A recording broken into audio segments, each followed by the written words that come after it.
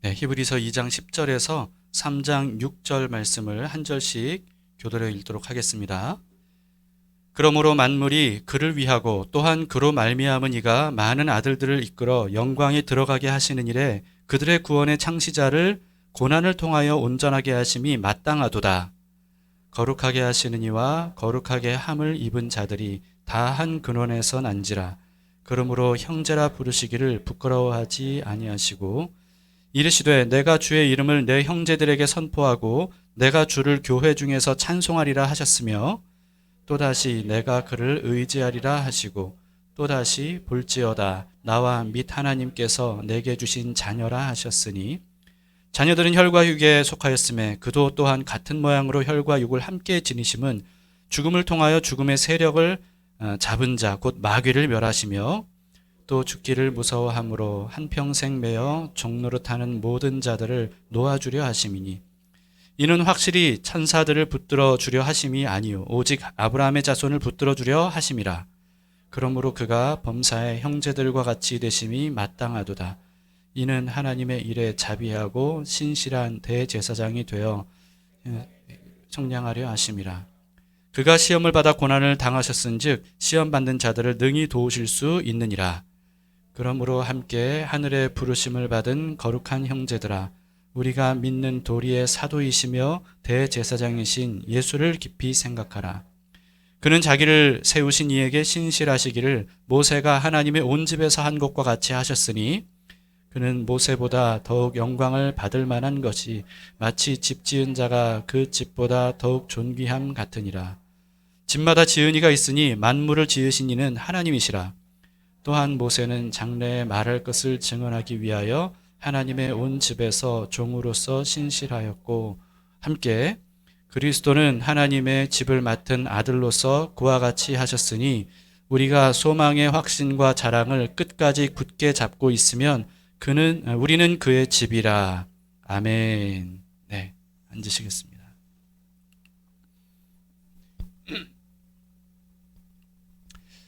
히브리서는 참 어려운 성경입니다. 왜냐하면 유대인들을 위해서 유대인이 쓴 책이기 때문에 그렇습니다. 그래서 유대인이 유대인을 위해서 쓴 책이기 때문에 구약 성경의 내용이 굉장히 많이 인용이 돼 있어요. 나와 있어요. 그래서 구약 성경을 잘 알지 못하면 히브리서를 제대로 이해하기가 참 어렵습니다. 특히나 모세오경을 잘 알아야 되고요. 그 중에서도 이 레위기를 잘 알아야 이 히브리서의 말씀들을 우리가 이해할 수가 있습니다. 히브리서는 구약 성경으로 예수님이 어떤 분이신가라고 하는 것을 설명하는 성경입니다. 유대인들이 존경하는 성경에 나오는 여러 인물들보다 예수 그리스도께서 훨씬 더 뛰어나신 분이다 라고 하는 것을 알려주는 내용들이 많이 있습니다. 이스라엘의 뿌리인 아브라함보다, 그리고 가장 위대한 선지자인 모세보다, 그리고 가장 위대한 왕인 다윗보다 더 위대하신 분이다 라고 하는 거죠. 예수님은 왕이시면서 선지자이시면서 제사장으로서 기름 부음을 받아야 되는 그 대상, 이 세 가지의 모든 직분을 한꺼번에 받으신 그런 분이십니다. 그리스도라고 하는 거죠. 기름 부음 받은 자라고 하는 뜻입니다. 그럼으로써 유대인 그리스도인들이 예수님을 그리스도로 확신할 수 있도록 도와주는 것이 바로 히브리서입니다. 왜 특히 유대인들에게 이와 같이 그리스도에 대한 확신을 심어주기 위해서 특별히 이런 책을 썼느냐 하면요, 그 당시에 이 그리스도인들이 많은 박해를 받았기 때문입니다. 그래서 박해를 받는 유대인 그리스도인들이 이 박해를 견디다 못해서 그리스도에 대한 믿음을 버리고 다시 유대교로 돌아가는 일들이 굉장히 많이 일어나게 된 겁니다. 그래서 여러분들이 절대로 버려서는 안 된다라고 하는 것을 알려주고 있는 거죠. 신앙을 절대로 버려서는 안 된다. 어떤 박해와 고난을 당한다 할지라도 예수 그리스도에 대한 믿음을 굳게 지켜야 된다라고 하는 것을 호소하는 마음으로 이 히브리서를 쓴 것이다 라고 하는 겁니다. 그래서 히브리서에는요, 왜 이 신앙을 끝까지 지켜야 되는지 여기에 대한 내용들로 가득 차 있죠. 그런 의미에서 여러분, 오늘날에 기독교에 대한 이 여론이, 이미지가 너무나도 악화되어 있는 이때, 그래서 교회에 대해서 실망하는 사람도 많고 또 기독교와 복음에 대해서도 부끄러워하는 사람도 많고, 그래서 실제로 교회를 아예 떠나버리는 그런 사람들도 많고, 또 코로나 기간을 지나오면서 온라인으로 예배드리다가 점점 이 믿음이 약화돼서 이럴 바에 교회 안 나가는 게 낫지 라고 생각하면서 교회를 등지는 사람들이 많은 이때 이와 같은 히브리서를 우리가 깊게 읽고 묵상하는 것은 굉장히 중요한 일이다. 이런 생각입니다. 여러분, 그래서 이제 7월이 시작이 되면서 히브리서로 우리가 묵상을 하게 되는데 히브리서가 쉽지 않습니다. 어렵습니다. 구약 성경을 좀 알아야 된다고 제가 말씀을 드렸죠. 그럼에도 불구하고 여러분 히브리서를 읽고 묵상하는 일을 포기하지 마시기 바랍니다. 어려우면요, 어려운 대로 공부하는 마음으로, 연구하는 심정으로 이 히브리서를 읽어야 됩니다. 이렇게 연구하는 수고를 하면요, 풍성한 수학의 기쁨을 이 히브리서를 통해서 여러분들이 얻으실 수가 있을 겁니다. 오늘 본문 역시 참 이게 읽어도 무슨 내용인가 이해하기 쉽지 않은 내용들인데 한번 차근차근 보도록 합시다. 10절을 보시겠습니다. 그러므로 만물이 그를 위하고 또한 그로 말미암은 이가 많은 아들들을 이끌어 영광에 들어가게 하시는 일에 그들의 구원의 창시자를 고난을 통하여 온전하게 하심이 합당하도다. 무슨 말인지 아시겠습니까? 이 그는요, 하나님을 의미합니다. 하나님. 만물은 하나님을 위해서 창조되었고 하나님에 의해서 창조되었다라고 먼저 얘기하죠. 그리고 여기에 많은 아들들은 예수님을 믿고 하나님의 양자들이 된 사람들을 의미합니다. 그리고 구원의 창시자는요, 예수 그리스도를 의미합니다. 그래서 이 10절 말씀은 이런 뜻이에요. 만물의 창조자께서 많은 사람들을 양자 삼아서 영광을 얻게 하시려고 예수님을 고난당하게 하심으로써 온전한 구원자가 되게 하셨다. 이런 뜻이죠. 이해가 되십니까? 하나님은 수많은 아들들을 얻으시려고 하나님의 단 하나 독생자이신 예수님을 고난당해서 죽게 하셨습니다. 이게 여러분 얼마나 놀라운 은혜예요. 많은 사람들을 하나님의 양자로 삼으시려고 유일한 아들이신 독생자 그분을 고난과 죽음으로 몰아내셨다는 거죠. 그럼으로써 많은 사람들을 양자로 삼으셨다는 겁니다. 그래서 예수님을 한 알의 미랄이라고 말하는 겁니다. 예수님이 한 알밖에 안 되는 미랄에 불과하지만 죽으심으로써 많은 열매들을 맺게 된 거죠. 그래서 여러분 그 고난당하신 예수님을 구세주로 믿는 사람은요, 누구나 하나님의 양자가 됩니다. 로마서 8장 15절에 이렇게 말씀하고 있죠. 너희는 다시 무서워하는 종의 영을 받지 아니하고 양자의 영을 받았으므로 우리가 아빠 아버지라고 부르짖느니라. 그래서 우리가 하나님께 기도할 때 아버지 이렇게 부르면서 기도하는 거 아니겠습니까?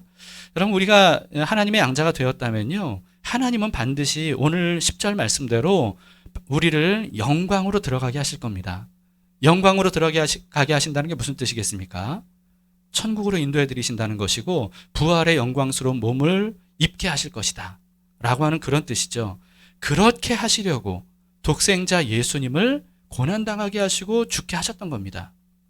여러분, 얼마나 큰 대가를 치르시고 우리를 영광스러운 양자로 삼아주셨는지를 우리가 가슴 깊이 새길 수 있기를 바랍니다.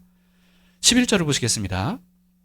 거룩하게 하시는 이와 거룩하게 함을 입은 자들이 다 한 근원에서 난지라. 그러므로 형제라 부르시기를 부끄러워하지 아니하시고. 자, 거룩하게 하시는 이는 누굽니까? 하나님이십니다. 우리를 거룩하게 하실 수 있는 분. 그리고 거룩하게 함을 입은 사람들은 누구죠? 하나님의 양자가 된 우리들. 예, 우리들을 의미합니다.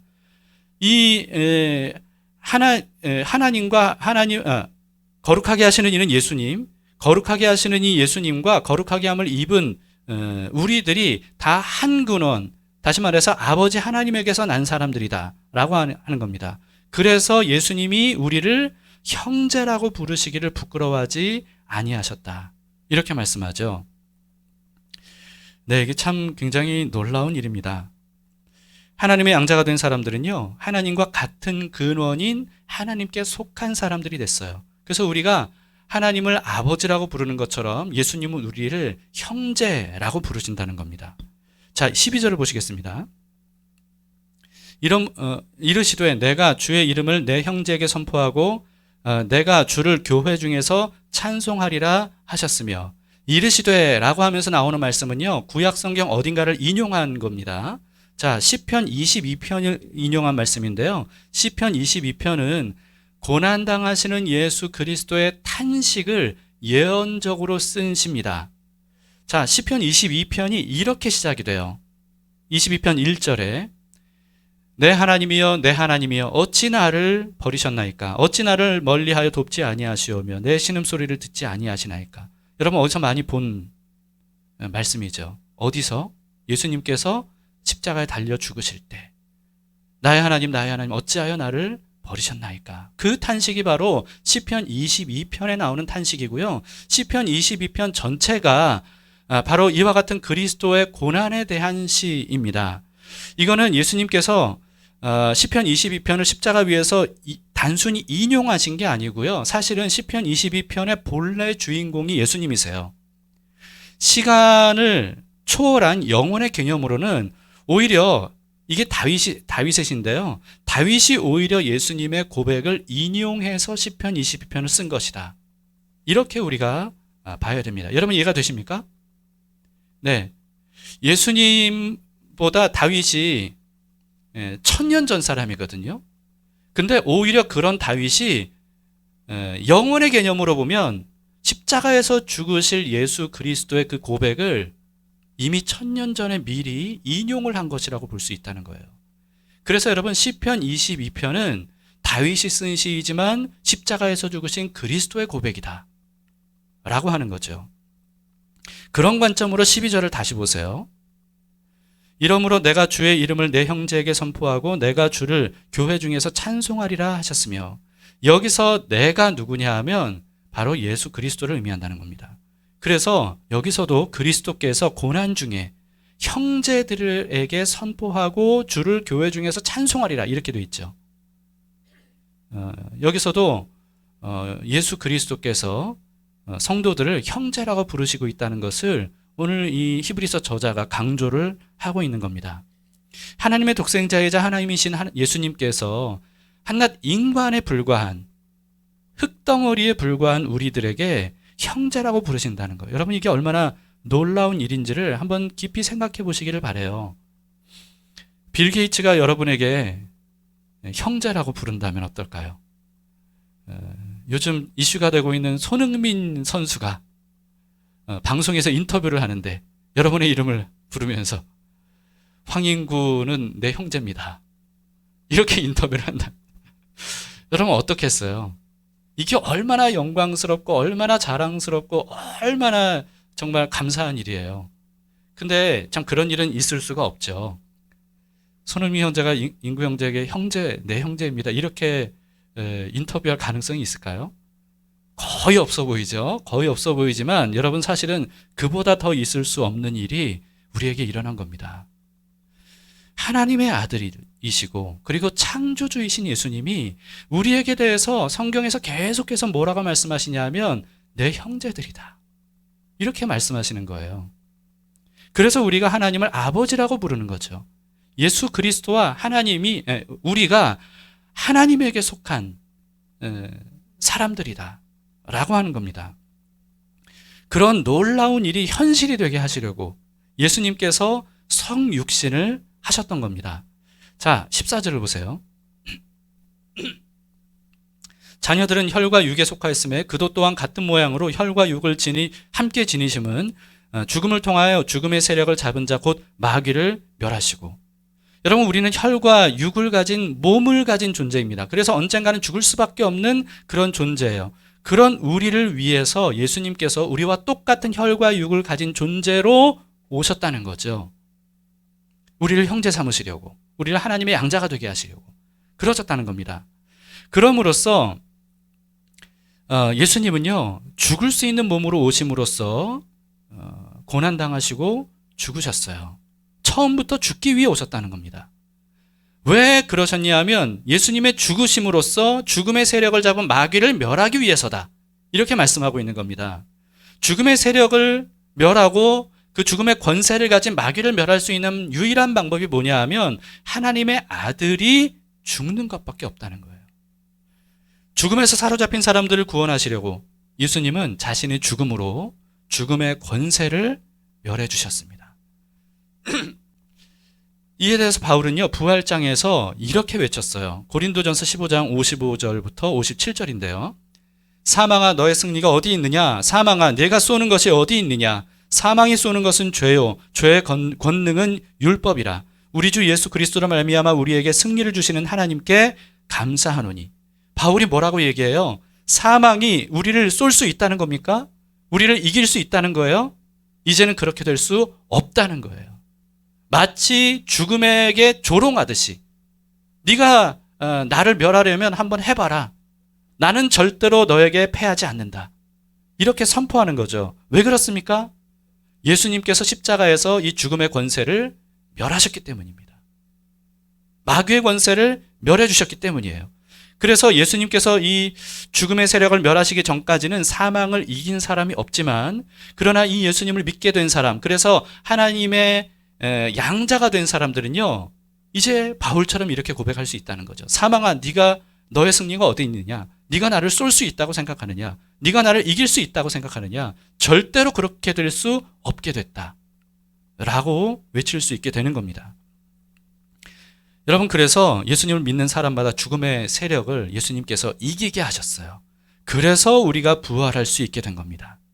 이 썩어지고 죽을 수밖에 없고 병들 수밖에 없는 이 몸을 벗고 우리는 이제 썩지 않고 죽지 않고 병들지 않고 장애를 입지 않을 영원한 몸으로 부활하게 될 거예요. 이것이 바로 예수 그리스도께서 죽음과 부활로서 이루신 일입니다. 저자는 그렇기 때문에 설사 순교의 죽음을 당한다 할지라도 죽음을 두려워할 필요가 이제는 전혀 없게 됐다고 이렇게 말하는 겁니다. 박해와 순교가 무서워서 예수님을 저버리면 여러분 죽음의 권세를 이길 수가 없습니다. 그러나 예수님을 끝까지 믿으면 죽어도 다시 사는 승리를 얻게 될 것이다 라고 하는 것이죠. 그러므로 여러분 어떤 박해와 죽음의 위협이 있다 할지라도 끝까지 믿음을 지켜야 된다 라고 히브리서 저자가 이 고난 중에 믿음을 버릴 위기에 처한 유대인 그리스도인들에게 지금 강력하게 호소를 하고 있는 겁니다. 15절을 보세요. 또 죽기를 무서워함으로 한평생 매어 종로로 타는 모든 자들을 놓아주려 하심이니. 죽음을 무서워하는 사람은요, 죽음의 세력을 쥔 마귀의 종로로 탈 수밖에 없습니다. 마귀가 살고 싶으면 믿음 버려 라고 하면 믿음을 버리는 거예요. 왜? 죽음이 두려우니까. 마귀가 우상에게 절해 라고 하면 절하는 거예요. 죽음이 두려우니까. 마귀가 형제들을 배반하라 그러면 배반하는 거예요. 여러분, 이게 바로 마귀에게 종로로 타는 거죠. 살려고, 잘 살려고, 더 잘 살고 싶어서 마귀가 시키는 대로 한다면 이런 사람이 바로 죽음의 종로로 타는 것이고 마귀의 종로로 타는 것이다 라고 하는 겁니다. 우리는 예수 믿는 것 때문에 죽음의 위협을 받진 않아요. 그러나 우리도 마찬가지입니다. 우리가 더 잘 살아보겠다고 마귀가 시키는 대로 한다면 그것이야말로 마귀의 종로로 타는 것이고 그게 바로 우리가 죽음을 두려워하는 증거입니다. 예수 그리스도는요, 그와 같은 우리를 건져주시려고, 이와 같은 두려움으로부터 자유케 하시려고 십자가에서 성육신하신 몸으로 죽으시고 또 부활하셨다라고 하는 것이죠. 그래서 예수님께서 이렇게 말씀하셨습니다. 마태복음 16장 25절입니다. 누구든지 제 목숨을 구원하고자 하면 잃을 것이요 누구든지 나를 위하여 제 목숨을 잃으면 찾으리라. 네, 이순신 장군이 한 얘기하고 너무 비슷한 말씀이지 않습니까? 근데 원조는 예수님이라는 거. 예, 이순신 장군이 뭐 예수님의 말씀을 인용하지는 않았을 것 같지만 어쨌든 예수님이 훨씬 전에 말씀하셨다는 거. 네, 목숨을 구원하려고 하는 사람, 살려고 하는 사람은 그 목숨을 잃게 될 거예요. 그러나 기꺼이 목숨을 버릴 준비가 되어 있는 사람은 영원히 살게 될 겁니다. 바울도 이렇게 말했습니다. 로마서 8장 13절. 너희가 육신대로 살면 반드시 죽을 것이로되 영으로서 몸의 행실을 죽이면 살리니. 여러분, 살려고 하면 죽게 됩니다. 죽음이 두려워서 살려고 발버둥 치다가 마귀의 종로로 타면 영원히 죽게 돼요. 그러나 몸의 행실을 기꺼이 죽이려고 하면 그러면 우리가 영원히 살 수가 있습니다. 이 역설을 우리가 믿음으로 받을 수 있기를 바랍니다. 이 역설을 믿음으로 깨우친 사람들이 얼마나 많은지 몰라요. 그들은요, 어떤 고난과 역경 속에서도 끝까지 인내하면서 믿음을 지켜냈습니다. 심지어 죽음의 위협 앞에서도 절대로 굴하지 않았어요. 천국에는 어떤 사람들이 있겠습니까? 바로 이와 같은 사람들이 가득 찬 곳이 바로 천국입니다. 바울은 이렇게 고백했습니다. 빌립보서 1장 21절입니다.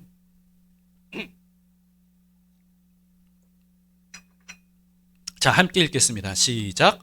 이는 내게 사는 것이 그리스도니 죽는 것도 유익함이라. 여러분, 이 고백에 대해서 어떻게 생각하십니까? 정말 죽음이 유익할 수도 있을까요? 우리가 그런 생각을 해보셨습니까? 죽음이 유익하다. 여러분, 이 말씀이 이해가 되십니까? 이 말씀은요, 차라리 죽는 게 낫겠다라고 하는 절규가 아니에요. 사는 것도 너무 좋지만 죽는 것도 괜찮다, 유익하다 라고 말하는 겁니다. 로마서 14장 8절에서 바울은 이렇게도 말했습니다. 우리가 살아도 주를 위하여 살고 죽어도 주를 위하여 죽나니 그러므로 사나 죽으나 우리가 주의 것이로다. 마지못해 살고 어쩔 수 없이 죽는 게 아닙니다. 살아도 죽어도 모두가 다 그리스도 안에 있다면 그러면 좋다는 거예요. 유익하다는 거예요. 죽음의 권세를 깨뜨리신 예수 그리스도께서 우리 안에 계시기 때문입니다. 그래서 사는 것도 유익하고요, 죽는 것도 유익하다 라고 하는 것이죠. 이런 고백은 바울만의 고백만이 아니었습니다. 수많은 믿음의 사람들이 이와 같은 고백으로 살기도 하고 죽기도 했어요. 그래서 많은 사람들이 순교의 현장에서 찬송하면서 죽었고요, 또 감사하면서 죽었고요, 그리고 기도하면서 죽었고 끝까지 복음을 전하다가 죽었습니다. 죽을 때 천사의 얼굴처럼 된 사람은 스데반만이 아니었습니다. 수많은 이와 같은 믿음으로 견고하게 인내하고 주님을 바라보는 사람들은요, 죽음의 현장에서도 그처럼 천사의 얼굴을 가지고 죽었다는 것을 우리는 역사적인 기록들을 통해서 볼 수가 있습니다. 놀라운 일이고 신비로운 일이죠. 그러나 여러분, 그들이 특별해서가 아닙니다. 그들이 믿는 예수님이 특별하시기 때문이에요. 우리가 믿는 예수님이 특별하십니다. 그렇기 때문에 우리가 지금 생각에 과연 내가 그렇게 죽을 수 있을까? 여러분, 예수님을 믿으면 우리도 죽음을 맞이할 때 천사와 같은 얼굴로 죽을 수 있음을 믿습니다. 예수님이 특별하시기 때문입니다. 예수님께서 성육신하셔서 죽음의 권세를 깨뜨려 주셨기 때문에 이제는 죽음도 유익하다 라고 하는 사실을 끝까지 우리가 믿을 수 있기를 바랍니다. 예수님은 죽음을 앞두고 극심한 두려움의 스트레스가 굉장히 심하셨죠. 그래서 겟세마네 동산에서 기도하실 때는 얼마나 이 스트레스가 심했는지 땀방울에 모세혈관에서 터진 이 피가 섞여 나올 정도로 그렇게 극심한 고통을 겪으셨어요. 그러면서 어떻게든 하나님 이 죽음을 면하게 해주세요 라고 죽음에 대한 공포를 그대로 드러내셨죠. 반면에 순교당한 사람들은 어떻게 했다고요? 정말 의연하게 죽음을 맞이했어요. 여러분, 이게 어떤 차이가 있는지 제가 예전에도 설명을 드렸는데 기억나십니까? 순교한 사람들이 예수님보다 더 담대했기 때문일까요? 그게 아닙니다.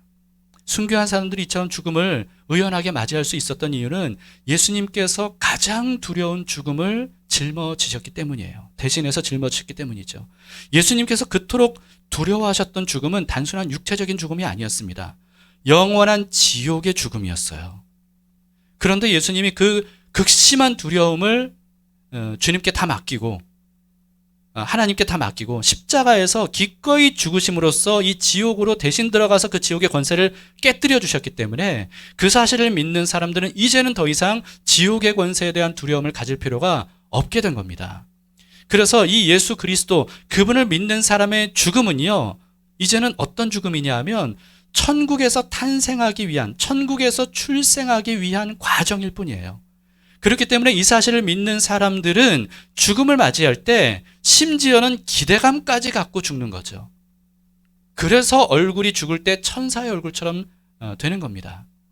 이 땅이 저물어가고 하나님의 새하늘과 새 땅, 하나님의 천국에서 점점 눈을 뜨면서 죽는 거기 때문에, 그렇기 때문에 이 천사의 얼굴을 가지고 죽음을 맞이할 수 있게 된 겁니다. 예수님께서 그와 같은 죽음을 우리 대신에 짊어지셨기 때문이죠. 성육신과 십자가 부활, 죽음과 부활을 믿는다면 누구도 죽음을 두려워하지 않을 수 있고 않게 됩니다. 이 믿음 여러분 우리가 사모함으로 굳게 가지시길 바랍니다. 저는 여러분에게 나빌 쿠레시의 누가 진짜 하나님인가 라고 하는 책을 좀 강력하게 추천합니다. 우리 교회에서 함께 읽을 도서로 하기에는 좀 너무 두꺼워요. 그래서 이게 함께 읽을 책으로는 정하지 못했는데 여러분들 꼭 이 책을 읽어보시기 바랍니다. 이 책은 이슬람 메카의 나라 사우디에서 예수님을 믿게 된 파티마라고 하는 20대 젊은 자매 이야기로 시작이 됩니다.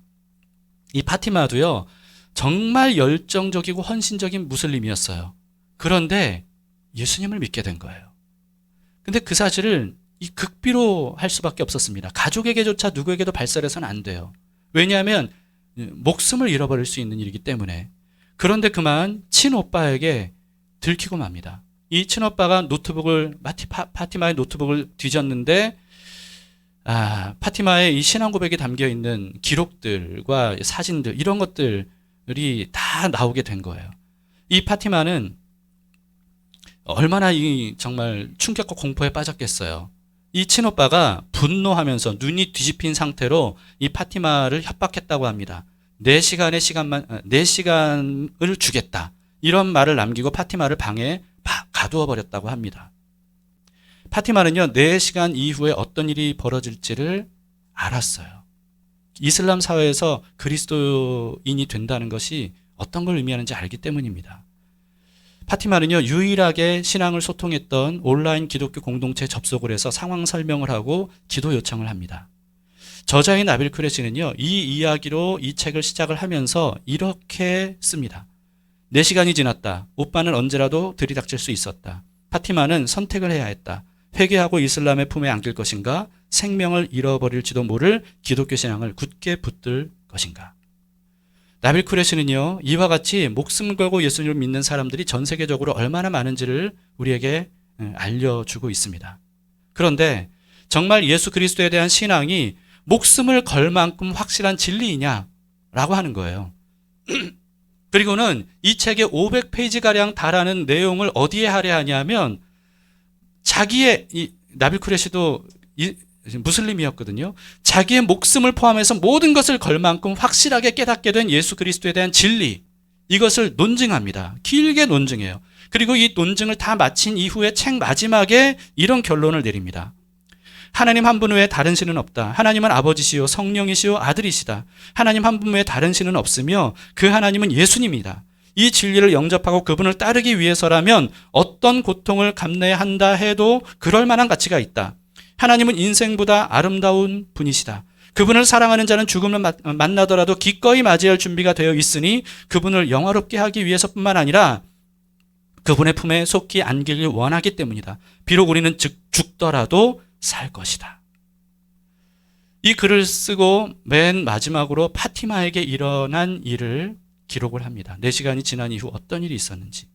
2008년 8월 12일 사우디에서 발생되는 신문인 알-아하두드의 알-하스바 집안 사람이 기독교로 개정한 누이를 살해하다라는 제목의 기사가 실렸다.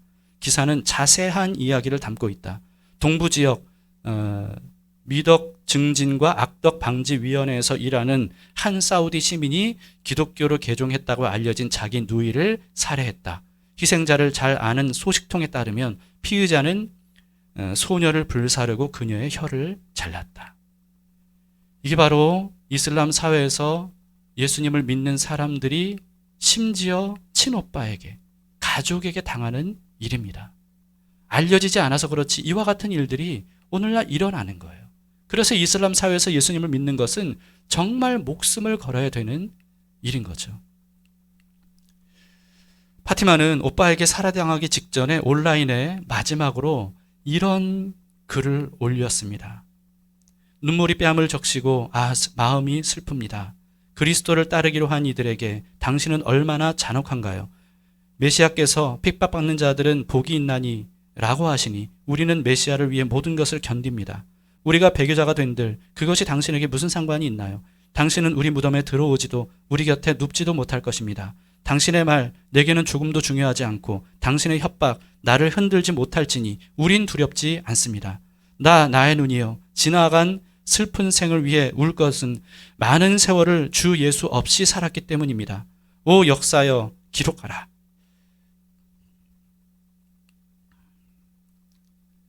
증언하라. 오 증인들이여 우리는 메시아의 길을 걷는 그리스도인입니다.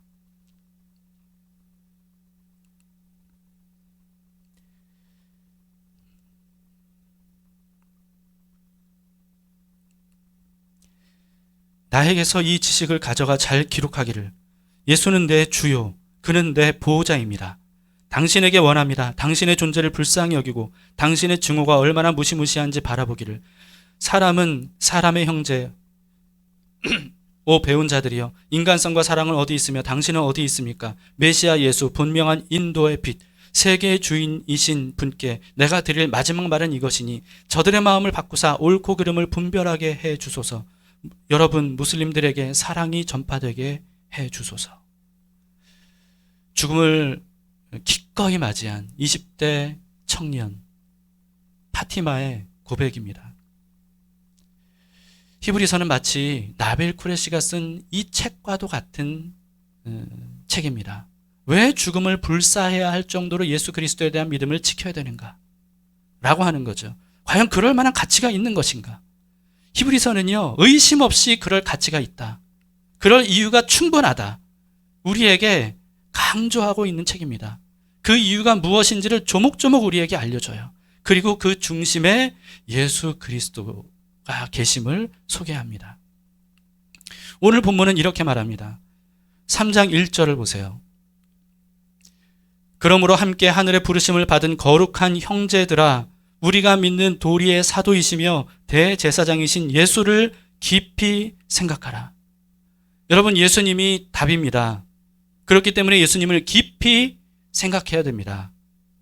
예수님에 대한 깊은 생각 없이 교회만 다니는 것, 여러분 그것은 어쩌면 아무런 유익이 없는 종교 행위일 뿐입니다. 목숨을 걸 정도로 중요한 진리는 예수님에게 있어요. 그 사실을 우리가 예수님을 깊이 생각해야만 알 수가 있습니다. 대충 교회 다니고 설교 주일날마다 한 번 듣는 것으로 여러분 될 수 있는 게 아닙니다. 점점 스스로 신앙을 버리기 쉬운 이때 여러분 우리가 어떻게 하면 이 예수 그리스도에 대한 믿음을 지킬 수 있겠습니까? 예수님을 깊이 생각해야 되고 예수님에 대해 깊이 알아야 되고 거기에 대한 믿음으로 이 파티마 같은 신앙의 뿌리가 깊고 견고하게 뿌리 내려야 돼요. 그래야 우리가 영원히 살 수 있는 겁니다. 그러나 이 땅에서 우리가 좀 편하게 살겠다고 잘 살겠다고 더 잘 살겠다고 마귀의 종로를 타게 되면 그러면 우리는 더 잘 살려고 하는 그 마음 때문에 영원한 죽음을 맞이할 수밖에 없다라고 하는 것입니다. 우리가 영적인 약골인 이유가 뭐겠습니까? 영적인 약골인 이유, 의지가 부족해서인가요? 아닙니다. 예수님을 깊이 생각하지 않기 때문이에요. 예수님이 어떤 분인지를 잘 모르기 때문입니다. 예수님이 우리가 죽음을 불사하고도 믿어야 될 그 분이라는 사실을 우리가 확신하지 못하기 때문입니다. 죽음도 두렵고 삶도 두려운 이유, 그것은 예수님이 어떤 분인지를 제대로 알지 못하기 때문이에요. 어제도 오늘도 내일도 여러분 예수님을 깊이 생각하시기 바랍니다. 예수님을 깊이 생각한다는 것은 혼자 상상하라는 게 아니에요.